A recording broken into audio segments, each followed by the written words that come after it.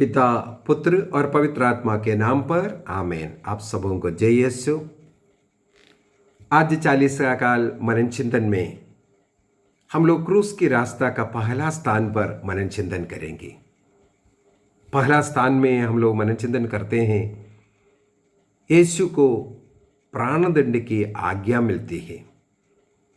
ईसा मसीह का दुख भोग जब वो अंतिम भोजन के बाद गत्समनी में प्रार्थना कर रहे थे, वहां पर हम लोग पढ़ते हैं मत्ती के सुसमाचार अध्याय 26 में, जब गत्समनी वाटिका में वो प्रार्थना कर रहे थे, उनके पसीना रक्त की बूंदों जैसे जमीन पर गिर रहे थे।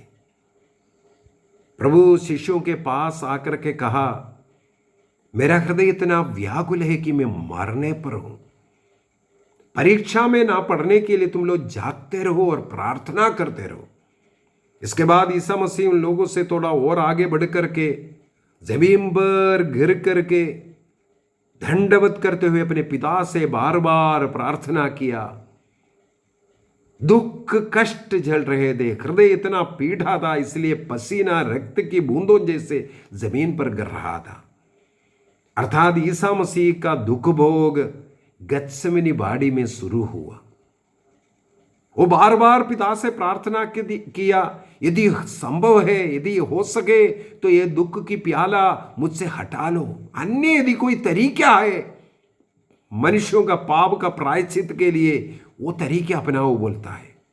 ये भयंकर दर्द है, हृदय पीड़ा इतना अधिक था, फिर भी पिता की इच्छा के लिए अपने को समर्पित करने वाले ईसा मसीह, वहां पर वो गिरफ्तार होते हैं यूदस के चुंबन के द्वारा।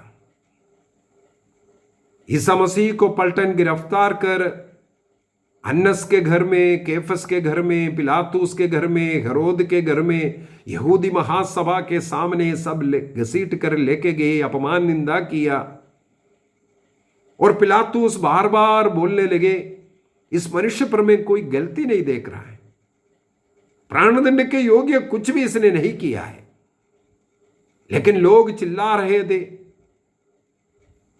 इसलिए पिलातुस इस धर्मात्मा के रक्त पर मेरा कोई हाथ नहीं बोल करके उन्होंने हाथ धोया।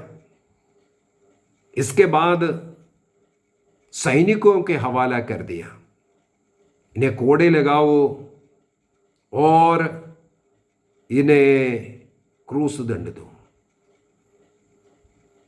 पिलातुस जानते हुए भी कोई गलती नहीं है मसीह का, फिर भी उन्होंने प्राणदंड की सजा सुनाया, इन्हें क्रूस दंड दो। इसके पीछे क्या कारण है?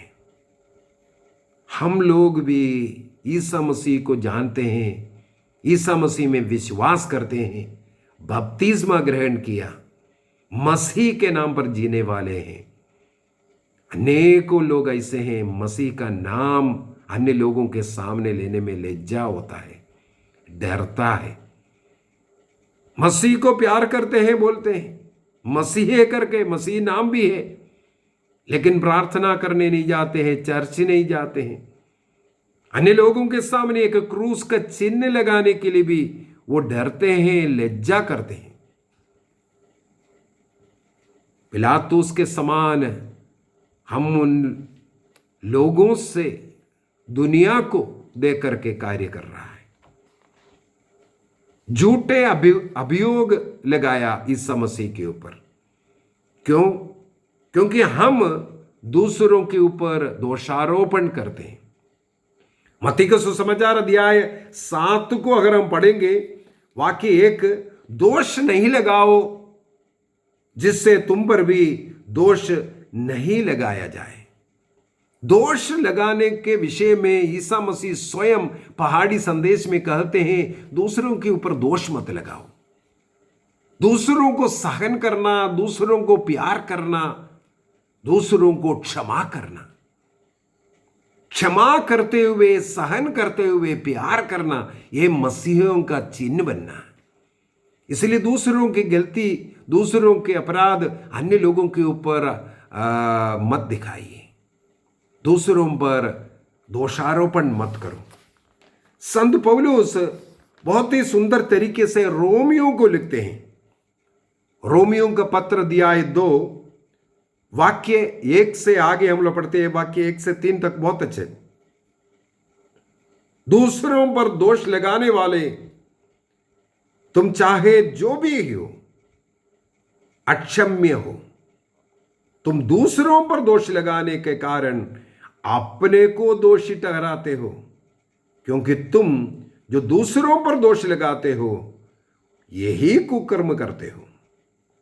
हम जानते हैं कि ईश्वर ऐसे कुकर्म करने वालों को न्यायानुसार दंड देता है। कौन सा दंड? दूसरों पर दोष लगाने वालों को दंड मिलेगा।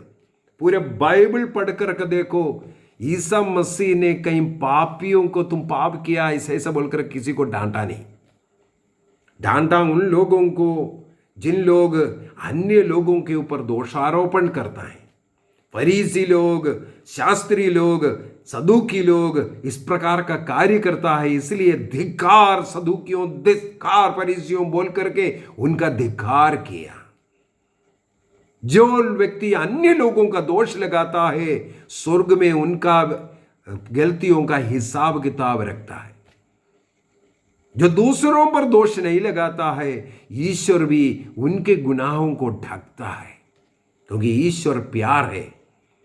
कुरिन्थियों का पहला पत्र अध्याय 13 वाक्य 7 में लिखा है, प्यार प्रेम सब कुछ ढकता है। ईश्वर प्यार है, हमारे गुनाहों को ढकने वाला है। यदि हम दूसरों के ऊपर दोषारोपण करता है, दूसरों की गलती अन्य लोगों को बताता है, तब हमारा भी गलतियों का हिसाब किताब वहां रहेगा। हमें भी जाकर के उसे हिसाब किताब देना पड़ेगा। वाक्य 6 में इसलिए लिखा है, वह प्रत्येक मनुष्य को उसके कर्मों का फल देगा। यदि हम दोष लगाने वाला है, हमारा भी दोष लगाएगा। हमें इस प्रकार न्यायानुसार दंड मिलना था। हमें वो दंड ना देने के लिए ईसा मसीह ने ऐसा पाप अपराध को अपने ऊपर उठाता है। इसलिए ईसा मसीह के ऊपर दोषारोपण किया गया। आइए हम अपनी आंखों को बंद करें, ऐसे अवसरों को याद करें जब जब हमने दूसरों पर दोषारोपण किया, दूसरों की गलतियों को, कमियों को अन्य लोगों को बताया, दूसरों के कमजोरियां बुराइयों का चर्चा किया, दूसरों का अपमान का लज्जा का कारण बन गया। जो लोग गलती नहीं किया उन्हें सजा देने के लिए हमने कोशिश किया। झूठे अभियोग लगाना, झूठा विटनेस देना, साक्षी देना, ऐसे तमाम अवसरों के लिए प्रभु से माफी मांगे। इस पहले स्थान पर हमारे ऐसे अपराधों को प्रभु ने स्वीकार किया,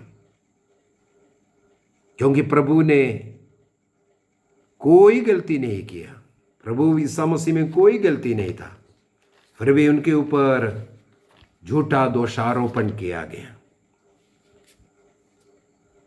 हम लोग कुरिन्थियों के नाम दूसरा पत्र अध्याय 5 वाक्य 21 में पढ़ते हैं। 2 Corinthians chapter 5:21।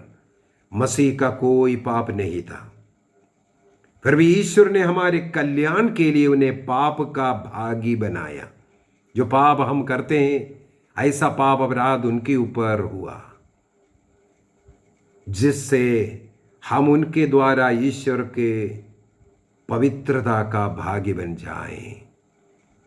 हमारे पाप का भागी उन्हें बनाने के कारण उनके पवित्रता का भागी हम बन गए। प्रभु को धन्यवाद दीजिए और प्रभु से क्षमा मांगिए और निर्णय कीजिए, अब से हम किसी के ऊपर दोषारोपण नहीं करेंगे, दूसरों की बुराई नहीं करेंगे। ऐसे ऐसे चर्चा में शामिल नहीं होंगे जहां दूसरों की चर्चा करते रहते हैं, दूसरों की बुराई करते हैं, दूसरों की पीठ पर बोलते हैं, दूसरे लोग जो गलत काम नहीं किया है उनके ऊपर टोपना और उसके लिए झूठी गवाही देना, अन्य लोगों को इस प्रकार सताना। प्रभु से क्षमा मांगिए, निर्णय कीजिए ऐसे पापों से दूर रहने का। पिता, पुत्र और पवित्र आत्मा के नाम पर आमीन।